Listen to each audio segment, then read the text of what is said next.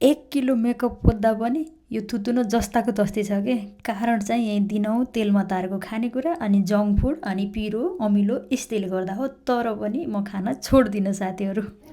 High everyone, welcome to my new blog. आज यस्तो makeup गरेर किचनमा के गर्दै सिन्धुले भन्नु होला। मेकअप सेकअप गरेँ आज। म कस्तो के मेकअप गर्नु मन लाग्यो अनि मेकअप गरेँ। मेकअप गरेर नि म भुत जस्तो देखेछु, तर पनि ठिक छ।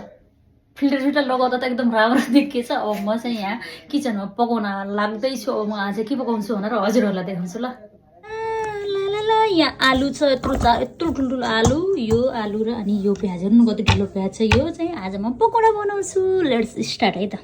सुरुमा मैले आलु मेस गरेँ अनि प्याजलाई मजाले काटेँ। कति ठुलो प्याज थियो कि हेर्नु न। अब हामी बुढाबुढीलाई त यो 4वटा आलु र यो एउटा प्याजले नै कति धेरै भएको थियो। अनि मजाले यति सबै मसलाहरू राखेर मुसिसकेपछि अनि आलुलाई मैले यस्तो मजाले डल्लो डल्लो बनाएँ कि। यो डल्लो डल्लो बनाएपछि अहिले यो बेसनमा चोपेर राख्न कस्तो सजिलो हुन्छ नि त। एक्लै हुँदा फेरि सजिलो हुन्छ कि। दुईजनाले गऱ्यो भने त एउटाले डल्लो बनायो, एउटाले चोप्यो, बेसनमा राख्यो, यताउता गर्न सजिलो हुन्छ नि त।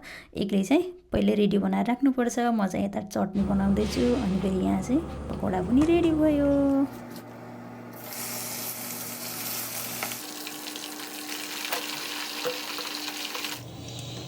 खुट्टा तारेर भ्याइयो। अब चाहिँ आलुको शरीर तार्न छ है। त्यसपछि म बनाउँछु पकौडा। पकौडा त तार्छु। पहिला मैले पकौडा यत्तिकै राखेँ। त्यसपछि फुटिसकेपछि मैले बेसनमा डुबाएर अनि पकौडा बनाउँदै थिएँ अनि फाँदै पनि थिएँ कि। कस्तो भोक लाग्यो अनि तातै खाएँ, कति मिठो भयो। अनि यता चटनी चाहिँ बनाउँदै थिएँ। हेर्नु न टमाटर यत्तिकै रहेछ, फेरि बनाउनु पर्यो।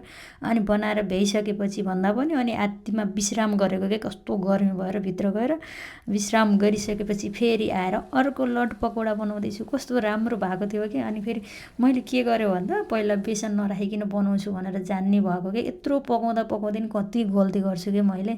बेसन नराखी कहाँबाट हुन्छ र पुरै यो कराईभरि भएर मलाई कति तनाव भयो। त्यसपछि फेरि बेसनमा छोपेर मजाले पकौडा बनाएँ। अनि फेरि यसो ट्रेमा सजाउनु पऱ्यो नि त। मलाई पकाइसकेपछि सजाएर राख्यो अनि सजाएर खाँदा चाहिँ कस्तो मिठो भयो चाहिँ लाग्छ कि। अनि फर्स्ट लट त्यो भयो अनि सेकेन्ड लट पनि पाक्यो। कस्तो राम्रो भएको थियो। त्यसपछि मेरो आजको नास्ता मेकअप बिनाको मुख हेर्न नसक्ने बनाउने मेरो यो खाना रेडी भयो तेलमा तारेको। त्यसपछि चाहिँ अब हामी दुईजना मिलेर खान्छौँ। Bye bye, thank you for watching.